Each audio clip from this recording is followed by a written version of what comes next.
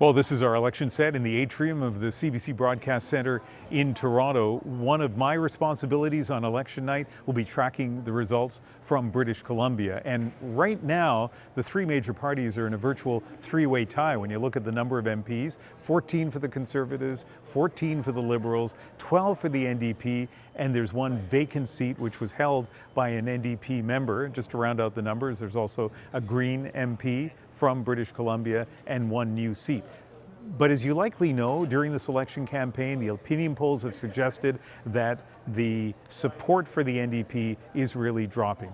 And that includes British Columbia. And so something we're going to be watching very closely for on Monday night is whether that NDP support goes to the Conservatives or the Liberals or both parties. Whatever happens, it could mean a big change in the number of MPs, particularly for the two leading parties. And so if it's close on election night, what happens in British Columbia could determine the difference between who wins and who loses, or whether it's a majority or a minority government.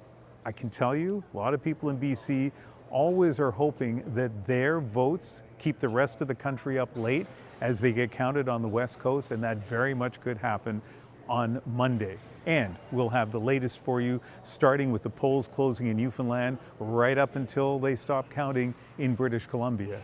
Okay, brace for a lot of math on election night.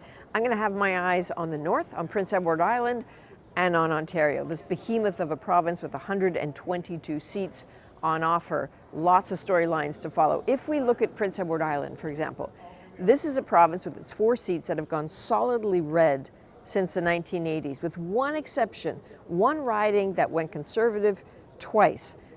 Will that hold? Now, interesting thing about Prince Edward Island is that a few months ago, the Conservatives were so confident that they could change that pattern, that they could pick up seats there, that they poured a ton into Prince Edward Island. There are provincial Conservative cabinet ministers who quit their jobs so that they could run federally. The Conservatives have never been more ready for an election in Prince Edward Island. The question is, will all that hard work pay off? If we look at Ontario, now this is a province where both Liberals and Conservatives need to make traction if they want to get the position of government.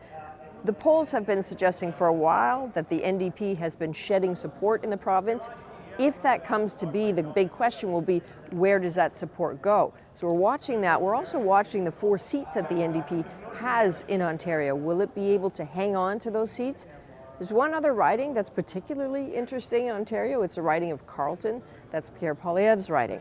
It happens to have the highest advanced voting poll numbers in the whole country. Why is that? We don't know yet. We do understand that the Conservatives have been throwing support at that riding in the last few days. Again, why is that happening? Is there a suggestion that they're worried, or are they just covering all their bases? Again, we don't know. Elections fundamentally are about what's different, what changes. So it's the changes that we will be looking for and we'll be reporting on election night. But between now and then, there's a lot of studying, a lot of number crunching to go. So we're going to get to it, and we'll see you on election night. On election night, one of the areas I'm going to be watching is the province of Quebec. More than a fifth of the seats in this country, a place that is known for being dynamic, maybe at times a little bit dramatic. Think back to 2011, the Orange Wave, when the NDP swept through the province, taking more than half the seats. It catapulted them to official opposition status.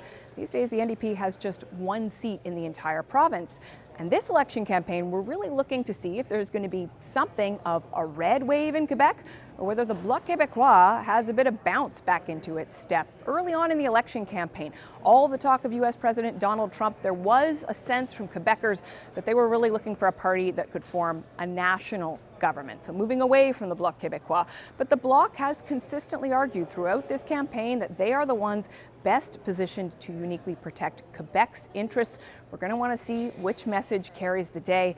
And one example of a riding I'm going to be watching, this is a real nail-biter. Châteauguay, Les Jardins de Napierville. It is south of Montreal. Last time around, in 2021, the Bloc candidate, Patrick O'Hara, thought he had won on election night by more than 280 votes. He was getting ready to move to Ottawa.